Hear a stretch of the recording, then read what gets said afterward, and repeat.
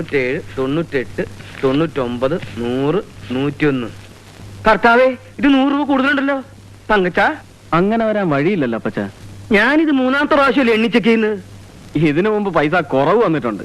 ഇത് ആദ്യമായിട്ടാ കൂടുതൽ വരുന്നത്. റോയ് എന്തേ? മോനെ റോയ്. റോയ്, ഞാൻ കേട്ടു അപ്പച്ച. ഒരു 100 രൂപയുടെ കാര്യമല്ലേ, അത് നമുക്ക് 3 പേർ കൂടെ വീതിച്ചെടുക്കാം. അപ്പച്ചന് 33 രൂപ 33 പൈസ, ഇച്ചായന് 33 രൂപ 33 പൈസ, എനിക്ക് 33 രൂപ 34 പൈസ. അതെന്താ നിനക്കൊരു പൈസ കൂടുതൽ? അല്ലെങ്കിൽ 1 പൈസ ബാക്കി വരും. നിർത്തടാ, ഭാഗം വെക്കണ കാര്യമല്ല പറഞ്ഞത്. കണക്കിൽ 1 പൈസ കൂടുതലും പാടില്ല, കുറവും പാടില്ല. 2 പേരും കൂടി അക്കൗണ്ട് ഒക്കെ ചെക്ക് ചെയ്തിട്ട് അത് ശരിയാക്കിയിട്ട് വന്നാ മതി. സെക്കൻഡ് ഷോ അപ്പച്ചൻ എന്താ പറഞ്ഞേ? അല്ല, സെക്കൻഡ് ടൈം ചെക്ക് ചെയ്തിട്ട് വന്നാ മതി. അങ്ങനെ തന്നെയാണ് നിങ്ങൾ പറഞ്ഞത്. അതെ, അതെ. പിന്നെ അക്കൗണ്ട് ഒക്കെ ശരിയാക്കിയതിനു ശേഷം സ്റ്റോക്ക് എടുപ്പ് കൂടി ഇന്ന് തന്നെ ഇങ്ങോട്ട് തുടങ്ങിക്കോ. അത് നാളെ തുടങ്ങിയാ പോരാ അപ്പച്ച? പോരാ, ഇന്ന് തന്നെ തുടങ്ങണം.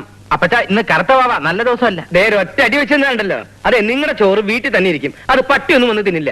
അപ്പൊ അപ്പച്ചൻ നമ്മൾ വന്നിട്ട് ആഹാരം കഴിക്കൂ. അത് നീ എന്നെ പട്ടിന്ന് വിളിച്ചല്ലടാ കള്ള. നിന്നെ ഞാൻ വീട്ടിലേക്ക് വാ, വീട്ടിലേക്ക് വന്ന് ശരിയാക്കി തരാം. ഞാൻ അങ്ങനെ ഉറങ്ങൊന്നുമില്ല.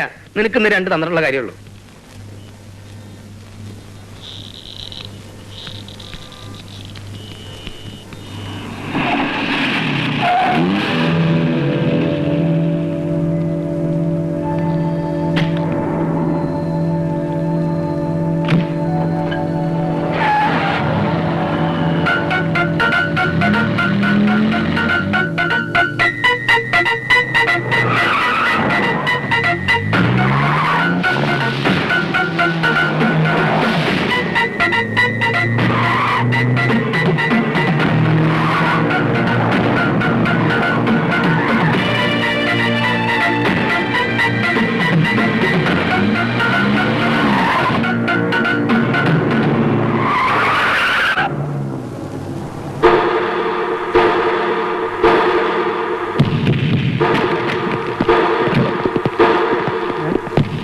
बाहर आ जाइए साहब. वो रुपये का बैग हमें दे दो. ഇതിപ്പോ എന്താ പുതിയൊരു ഭാഷ? बोला ना, वो रुपये का बैग दे दो और चुपचाप चले जाओ. മലയാളം അറിയില്ലേ? क्या? മലയാളം അറിയില്ലേന്ന്? अरे अरे भाग रहे हैं. अरे जल्दी चलो.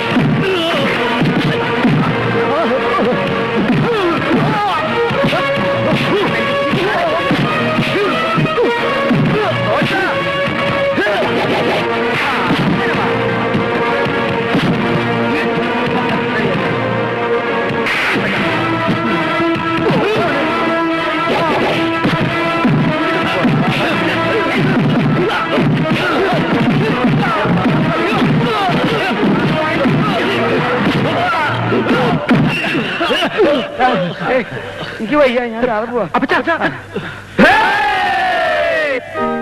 കർത്താവെ അനുഗ്രഹിക്കണമേ. മിശിഹായെ അനുഗ്രഹിക്കണമേ. മിശിഹായെ ഞങ്ങളുടെ പ്രാർത്ഥന കേൾക്കണമേ.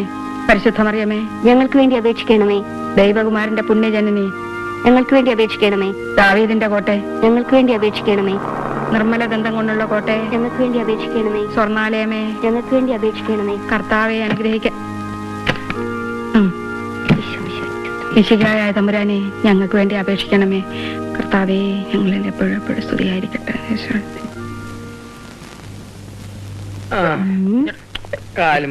മുതലാളി ഇന്നും നല്ല കണ്ടീഷനിലാ വരവ്. എന്നതാ ഇത്? എന്റെ കർത്താവെ, ഇതിയാനെ കൊണ്ട് ഞാൻ തോറ്റു. ഇനി മേലെ കുടിക്കയില്ലാന്ന് പറഞ്ഞ് സത്യം ചെയ്തേച്ചല്ലേ ഇന്ന് കാലത്തെ തുണിക്കടയിലോട്ട് പോയത്. ശവത്തി കുത്താതെ അമ്മച്ചി. അപ്പച്ചൻ ബ്രാൻഡി വാങ്ങിക്കാനായിട്ട് ബാറിലോട്ട് പോകുന്ന വഴി അജ്ഞാതരായ ഒരു സംഘം ഗുണ്ടകള് അതിദാരുണമായി ആക്രമിച്ചു. എന്റെ ഈശോയെ, എന്നിട്ട് വല്ലതും പറ്റിയോ? പേടിക്കാൻ ഒന്നുമില്ല, ഒന്നും പറ്റിയിട്ടില്ല അമ്മച്ചി. എന്തിനാ ഇച്ചായ കള്ളം പറയുന്നത്? ഞങ്ങൾ തക്ക സമയത്ത് ചെന്നില്ലായിരുന്നെങ്കിൽ അവന്മാരെല്ലാം കൂടി അപ്പച്ചനെ ഇടിച്ച് കൊന്നേനെ. ദാടാ, എന്ന് പറഞ്ഞാൽ പിന്നെ അപ്പച്ചൻ അങ്ങനെ വല്ലതും സംഭവിച്ചു പോയിരുന്നെങ്കിൽ അമ്മച്ചിക്ക് ഉണ്ടാകുന്ന ദുഃഖം അപ്പച്ചൻ ഒന്ന് ആലോചിച്ച് നോക്കിയേ. നമ്മളെല്ലാവരും കൂടി അനാഥരായി അപ്പച്ചന്റെ കുഴിമാടത്തിൽ എന്നും വിളക്കും കത്തിച്ച്. എന്റെ കർത്താവേ, എന്റെ പിള്ളേരുടെ അപ്പച്ചൻ പോയേ. എനിക്ക് ആരും തന്നെ എടി നിർത്താൻ, നിർത്തടി, എടി നിർത്ത്. ഞാൻ ജീവിച്ചിരിപ്പില്ലേ? അപ്പച്ചൻ ശരീരം വേദന എന്തെങ്കിലും ഉണ്ടോ? അങ്ങനെ ഉണ്ടെങ്കിൽ ചാരായത്തിൽ പച്ചമുട്ട എടുത്ത് കലക്കി കുടിച്ചാ മതി, മാറും. ഈ നേരത്തിന് ചാരായ എവിടുന്ന് കിട്ടാനാ?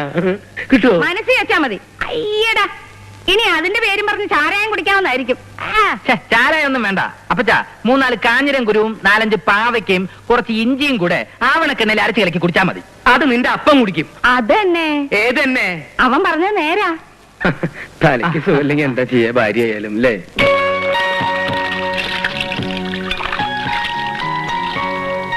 ഇതാ ചുങ്കത്തറക്കാരുടെ പണിയാ. അവന്മാരല്ലാതെ വേറെ ആരാ നമുക്ക് ശത്രുക്കള്? ഏതായാലും അടിക്കാൻ വന്നവരാരും ഈ നാട്ടിലുള്ളവരല്ല. ഇവിടെ ഉള്ളവരാകുമ്പോ നമ്മൾ തിരിച്ചറിയില്ലേ? അതിനാ ബോംബെന്ന് ഗുണ്ടകളെ ഇങ്ങോട്ട് ഇമ്പോർട്ട് ചെയ്തത്.